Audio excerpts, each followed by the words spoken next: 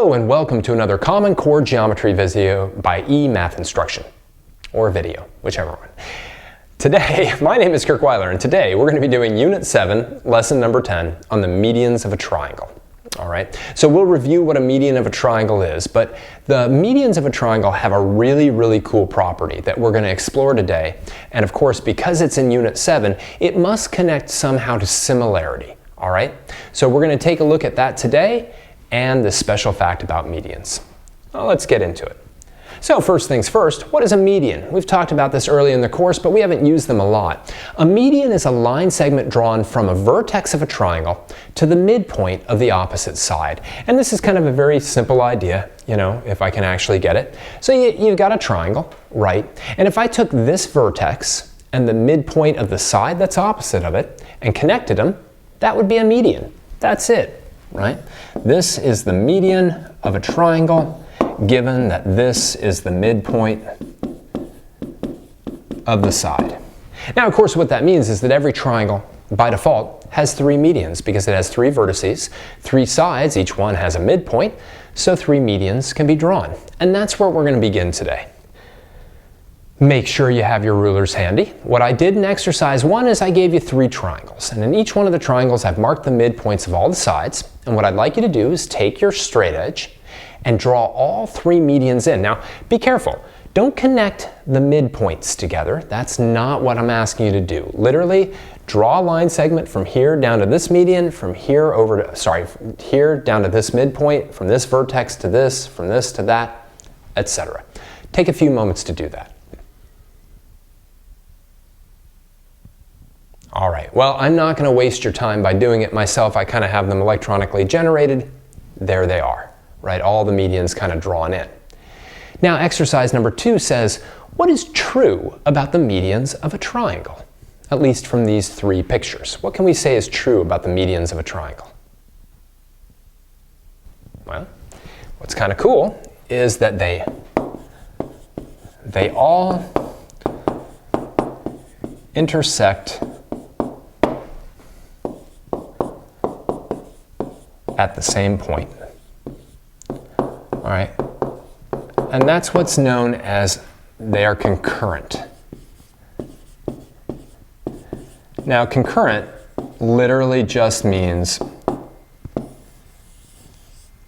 when three or more line segments are drawn and they intersect, they all intersect in the same place. It would be silly to talk about just two of them because any two lines that intersect only intersect at one point. But the idea is, you know, here I've got these two lines intersecting. If I draw a third line on and it intersects those two in the same point, then the three lines are concurrent. They intersect at the same point. All right? And that's always true. Draw any type of triangle you want, whether it is an obtuse triangle, well, I guess this one and that one. Actually, no, this is an acute triangle, an obtuse triangle, an isosceles triangle, an equilateral triangle.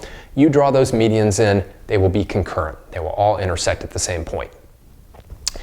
But there's something that's even more interesting about them, right?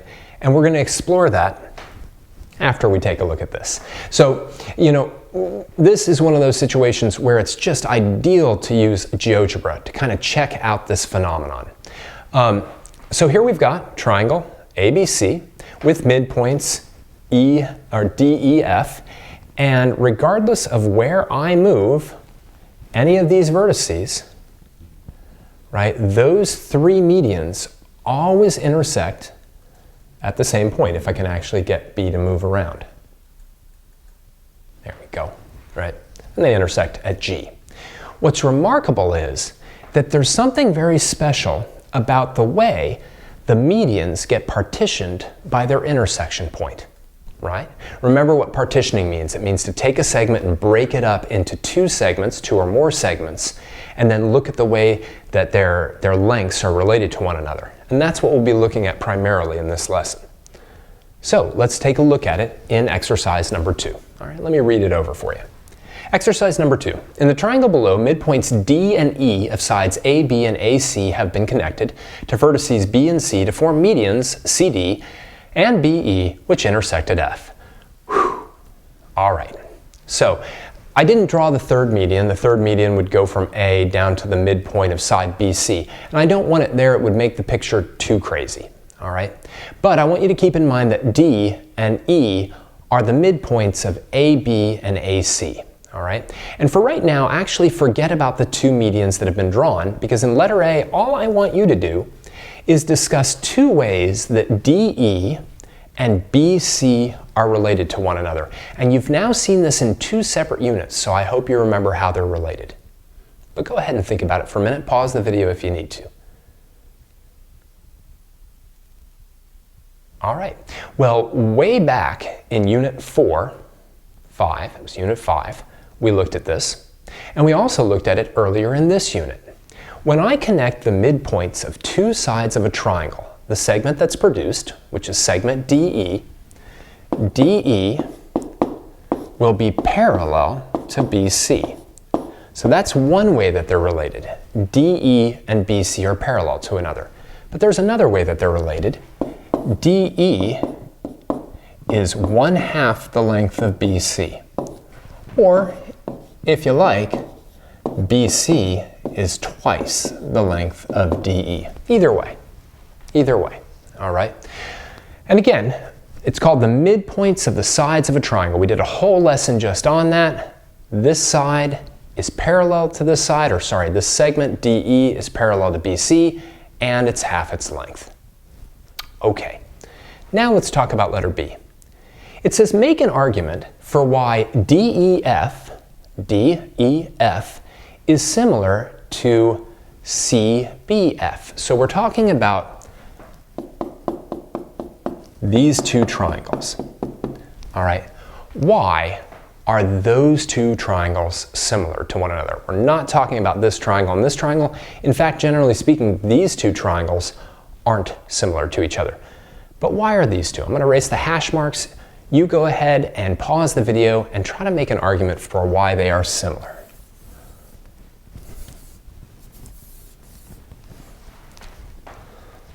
All right, well, let's talk about it. We know that DE is parallel to BC. We've proven it in other lessons. All right, so we're going to use that fact. Because those two are similar, we can say that this angle is equal to this angle. They are alternate. Let me make that arc mark a little bit more. They are alternate interior angles. Maybe I'll call them 1 and 2.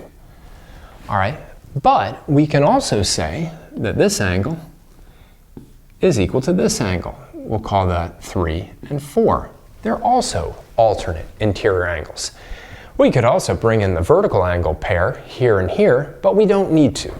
The plain fact is that angle 1 is congruent to angle 2, angle 3 is congruent to angle 4 because they are alternate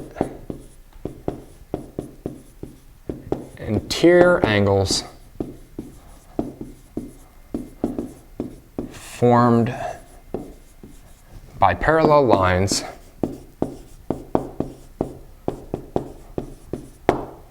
so triangle DEF is similar to triangle CBF by what else? By the angle-angle theorem, right? So that angle's congruent to that angle, that one's congruent to that one. I hope you can see the z's at this point. We've worked with them quite a bit, and therefore the two triangles share two pairs or have two pairs of congruent angles and therefore must be similar by the angle-angle theorem. All right. Now, letter C says prove that BF is twice FE and likewise, CF is twice FD. All right, before we get into this, what I'm going to do is I'm going to redraw this triangle, DEF, right down here. But I'm going to try to draw it in the same orientation as, CBF. So I'm going to leave this guy alone, all right? And I'm going to draw this other triangle down here. Excuse me. Oh, that was probably loud on the on the video. Anyway, so I've got these two triangles, and what I want to do is I want to label this one, I'm recopying this one down here, and I want to label this to make sure it's got the right vertice. Now B, notice how it's got that double arc mark, corresponds to E, right? And likewise C, which has the single arc mark, that corresponds to D, and then F is F. All right, so if you like, I can kind of do this and this. Okay, so why in the world would BF be twice FE and CF be twice FD? Well, what did we know up front? We knew, right, that BC was equal to twice DE. And since we've been working with a lot of ratios, right, that was just based on the work that we've done in the past, where if we connect the midpoints of the sides of a triangle, then the segment that's constructed is half the length of the third side, that one, right? So we can say that BC is twice DE. Then we could put that in ratio form. We could say, well, BC divided by DE is equal to 2, okay? But BC divided by DE has to be the same as BF divided by EF, and it's got to be the same as CF divided by FD, right? So we can literally say, well, if I take BF, right, this length, and I divide it by EF, I also have to get 2, in which case BF is twice EF or FE, either way, right? And I can also say that FC, all right, or I should do CF, keep my letters, the orders the same. CF divided by FD must also be 2, right? The ratios of corresponding sides are proportional in similar triangles, but that means that CF is twice FD, all right? Now, what is all of this getting to? And we're going to summarize this on the next slide. But when two medians intersect, then the ratio of that length to this length, or that length to this length, is 2 to 1. In other words, the point where they intersect always partitions the medians into a 2 to 1 ratio, not 1 to 1. They're not equal. And that's pretty obvious from this picture. This line segment is longer than this one. The amazing thing is that this line segment will always be twice that line segment, all right? And that comes directly from two facts. One, this triangle and this triangle are similar, and number two, the lengths on this triangle are always half of the lengths on this triangle, as given by the fact that that segment is half the length of that one. Or if you want to think about it as twice as long, this one is twice as long as that one. Let's summarize this and take a look at it in GeoGebra. The medians of a triangle. The three medians of a triangle are concurrently all intersect at the same point, and divide each other into a ratio of 2 to 1. Again, it's remarkable. So here I've got this triangle in GeoGebra. It's all set, all three medians are drawn. I've only measured out the length of one median, so this median AF, okay? But point G, where they intersect, has partitioned AF, which has a total length of 9, into a segment of 6 and into a segment of 3. Now, as I move vertices around on this triangle, what's going to happen is that these two lengths are they're going to get messy. But you should still be able to kind of look at the double nature of that. So here. There it is. Well, almost. I had AG at 5, FG at 2.5. Maybe I can make this much longer. Let's see if I can get it up to 8. No, but roughly, remember, not exactly right here because of the rounding, but that's about 8, and that's 4, okay? So no matter what, whenever those medians intersect, they always get partitioned in this 2 to 1 ratio. Whatever, 4.15, 2.07, should be 4.14, but again, rounding issues here. So let's now use this fact, and that's kind of the major takeaway from this lesson. When the medians of triangles intersect, they get partitioned into a ratio of 2 to 1. Okay? So let's see how that pans out. It's actually fairly easy to use this fact in various problems, but it becomes yet another one that you're supposed to know, and therefore you have to memorize or understand well enough that you don't need to memorize. So let's take a look at this problem. In triangle DEF shown below, the midpoints of side DE and EF are marked as G and H respectively. Segments FG and DH intersect at J. JH is 8, and FG is 18. All right, and then we're asked to find a bunch of other things. Now notice, nowhere in this problem did they mention medians or anything like that. So you have to know, simply based on the fact that they told us that G and H are midpoints, that DH and FG are medians. So let's start off with letter A, which is pretty easy. It asks for the length of DJ, okay, from here to here. And again, remember the whole idea, let me move the 8, whoa, that's not going to happen. All right, I'm going to move the 8 and this thing down a little bit, right, is that if I sort of drew this in, right, then this triangle and this triangle, right, this kind of little triangle here and this one here would be similar to each other, all right, and that is half that, so this is half of that, okay?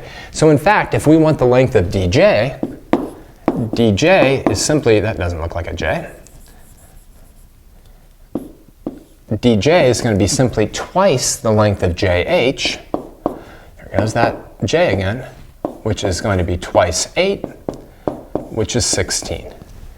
DJ would have to be 16. The length of DH, well, that's pretty easy. You know, obviously, if DJ is 16 and JH is 8, then DH is going to be 16 plus 8. Here we're just talking about the whole and being the sum of its parts, and DH is equal to 24. Now, a little side note, right? The medians, their intersection point, partition the medians into a 2-to-1 ratio. But notice that that smaller side is therefore 1/3 of the overall median length. And that sometimes pops up as well. So you're supposed to know not only will that 16 be twice the 8, will DJ be twice JH, but that DH will be 3 times the length of JH. Anyway, let's do one more. Now it says, find the length of FJ. Now this is interesting, because FG in total is 18. Now, if you're good with fractions, you could say, well, if GJ, this thing, is 1/3 of that total length, then FJ would have to be 2/3 of the length, and you could just do 2/3 times 18 and get 12. That's one way to do it. Another way to do it is to kind of go back into those partitioning ideas that we had and say, well, all right, I know that FG, this entire thing, has a length of 18, and I know that that thing, you know, kind of partitions it into a 2-to-1 ratio like that. So what I can do is I can simply say, well, I've got 2x plus x is equal to 18. That would give me 3x is equal to 18. X would be equal to 6. Wow, it sounds like an airplane is going by outside or something, which could be the case. And then I get the length of 12. You never know what's going to fly by at eMathInstruction, airplanes or other things like that. So again, one way to do this problem, you could know that one segment is 2/3 the entire length and the other segment is 1/3 the entire length. But you could also just do it with this partitioning idea. I know it gets partitioned into a 2-to-1 ratio. I call one of them 2x, I call the other one x. I add them together, I set it equal to the total length, and I find out how much each portion of that segment is worth. All right, let me step out of the way for a moment so that you can write down anything about this slide that you need to. All right, let's keep going.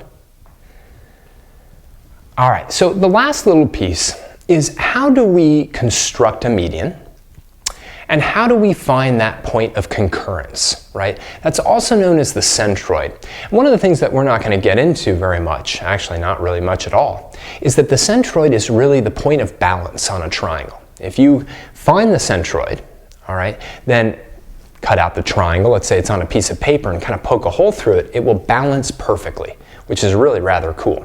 So let's figure out how to construct the centroid. And really, to do that, what I'd like to review is how you find the midpoint of a line segment, because that's the hardest part of this, just finding the midpoint of a line segment. So let's talk about this with the construction. Really, to find the midpoint of a line segment, what we're going to do is we're going to use probably the most important construction of all, which is the perpendicular bisector. Not because we care about the perpendicularity, but because we want to bisect this line segment, and then that's going to tell me where the midpoint is. So let's review how to bisect a line segment. What we're going to do is we're going to bring our compass in, and we're going to make sure that we expand it so that it's more than half the length of AB. We're going to then draw an arc up, draw an arc up here. Don't let that radius change. Come down here. You could make the arc continuous, that's fine. Now what I'm going to do is I'm going to flip-flop it. All right. And draw that arc. And draw this arc. And then we got the plane going by outside again, that's lovely. Then what I'm going to do is I'm going to draw this line segment in, and the intersection point right there is going to be the midpoint of my line segment. Let me make it a little bit bigger.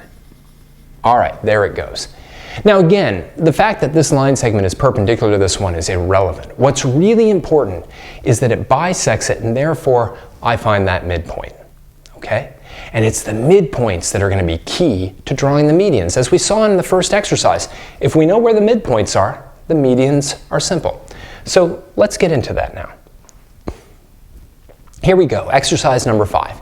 Given triangle ABC below using only a compass and a straight edge, find the point where all 3 medians of the triangle intersect, label this point P. Now this might seem like a lot of work because it's like, oh man, I gotta construct the perpendicular bisector of all 3 sides. But I actually don't. Because the medians are concurrent, I really only have to do it twice, right? That's it. I just have to do it twice. So let's go through that perpendicular bisector construction one more time together, and then I'll have you do the second one on your own. So I'm gonna do the easy one right now for me, which is that I'm gonna find the perpendicular bisector of side BC, and that's going to allow me to find the midpoint. So here we go. All right, I'm going to do something like this. Okay, I'm going to try to keep my picture so that it's not too crazy for us. All right, rotate this up, make another arc, switch my compass, bring it over here, put it on B, draw it down, rotate it up, move that out of the way. I have to, obviously give you the blow by blow on here, and here we go. Bring this up and draw this. Now, keep in mind, right, I did that to simply find this midpoint, okay? I haven't even drawn the median in yet. And in fact, I'd suggest not drawing the median in yet. Okay, we'll get to that. It'll be maybe one of the last things that we do. We need to draw 2 medians. But what I'd like you to do is find the midpoint of either side AC or AB. Spoiler alert, I'm going to find the midpoint of side AC, so if you want to do exactly what I'm doing, do the same construction to find the midpoint of AC. Pause the video now and take a minute to do that. All right, let's go through that construction really quick. I'll kind of try to fly through it as fast as I can. Okay, that looks good, actually. Let me bring it up here, of course. Actually, maybe make this a little bit bigger so it doesn't interfere with my other arcs. And then that slipped off a C. Oh, hey, that now turned blue. Cool. And make that arc. Switch. Oops, sorry, ruler. Bring this up here. Actually, maybe rotate it down a little bit. Now bring it up here. draw this arc. At least my compass is working. I had a very annoying airplane out there. Oh, and I missed. Oh, that's lovely. I hate it when that happens. Yeah, I hate it when that happens. I got to bring it back down here and make this arc longer. And of course, it's a little bit off, but it's not too bad. Bye-bye.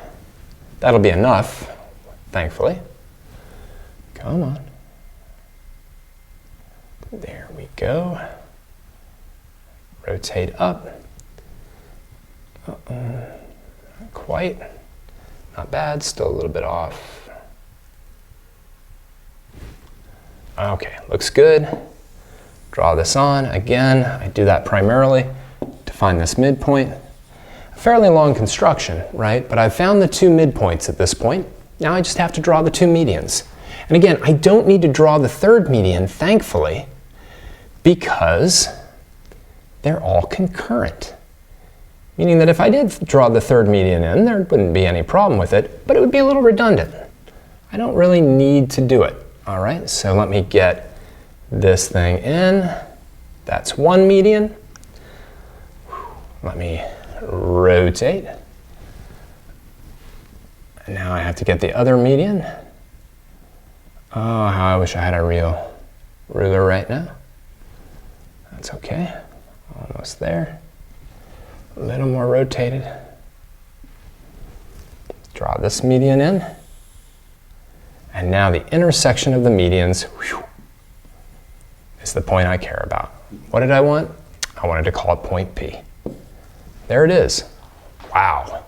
Let's pause for a minute and review how to find that centroid, right? The point where all the medians intersect. And again, if I did that last one, what I would find, hopefully, would be that it would go right through P, and I don't need to do it. Right here, I'm utilizing a piece of knowledge that I should know, which is that the medians are concurrent with one another. But keep in mind what I had to do.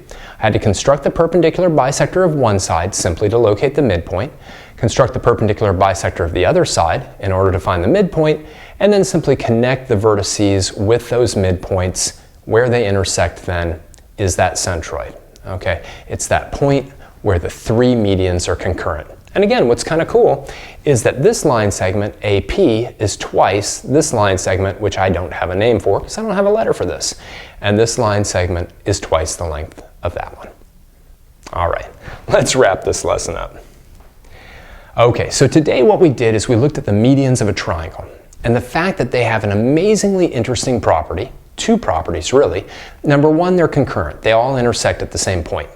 But even more important from a problem-solving perspective is the fact that that point of intersection always partitions each of the three medians into a 2-to-1 ratio, where obviously the smaller of the two parts is 1/3 of the overall length, and the larger of the two parts is 2/3 of the overall length, a 2-to-1 ratio.